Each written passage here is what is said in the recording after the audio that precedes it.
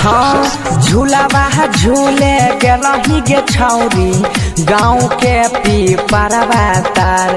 बन के छिहतरी नाम हंसैले भाग गेले बुचरवा जर